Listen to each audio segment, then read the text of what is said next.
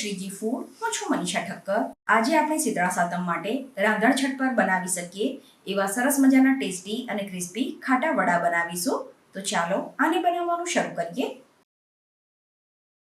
સૌથી પહેલા આપણે 2 કપ જેટલું આથો આવેલું હાંડવા ઢોકળાનું ખીરું લેવાનું છે. આ ખીરું કેવી રીતે બનાવવું એની રેસીપી મેં ખાટા ઢોકળામાં અને જે ગુજરાતી ટ્રેડિશનલ હાંડવો છે એ બંનેમાં શેર કરેલી છે અને એ બંનેની લિંક હું ડિસ્ક્રિપ્શન બોક્સમાં આપી દઈશ, તો ત્યાંથી તમને આની રેસીપી જોવા મળી જશે.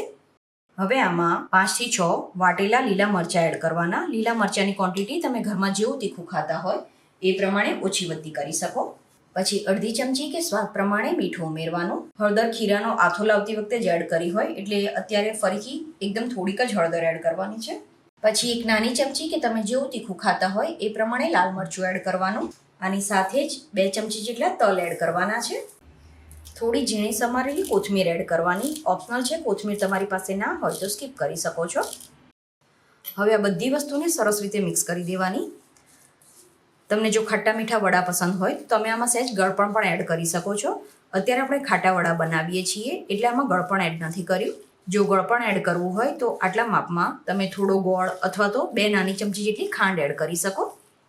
અને આમાં બિલકુલ પણ સોડા નથી એડ કરવાનો. આ રીતે બધું મિક્સ થઈ જાય એટલે આને તળવા માટે તેલ ગરમ થવા માટે મૂકી દેવાનું. વડા મૂકીએ ત્યારે ગેસ ધીમો રાખવાનો અને પછી થોડું મિશ્રણ મૂકતા જઈને વડા બનાવવાના. જણાવ્યું એ પ્રમાણે આમાં બિલકુલ પણ સોડા નથી એડ કરવાનો. જો તમે સોડા એડ કરશો તો આ વડાનું મિશ્રણ તેલમાં છૂટું પડી જશે.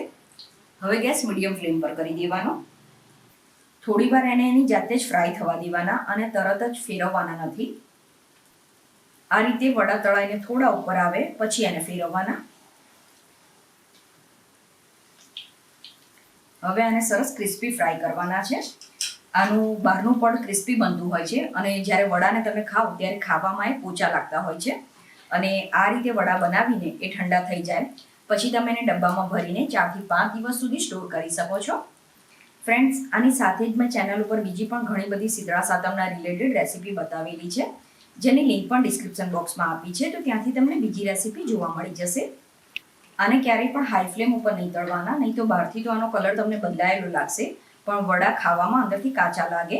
એટલે આને મીડિયમ ફ્લેમ ઉપર સરસ ક્રિસ્પી ફ્રાય કરવાના. આ વડા તમે રૂટીનમાં પણ બાળકોના લંચ બોક્સ માટે પણ બનાવીને રાખી શકો છો, કેમ કે આ વડા ગરમ કરતાં ઠંડા થયા પછી ખૂબ જ સરસ લાગતા હોય છે.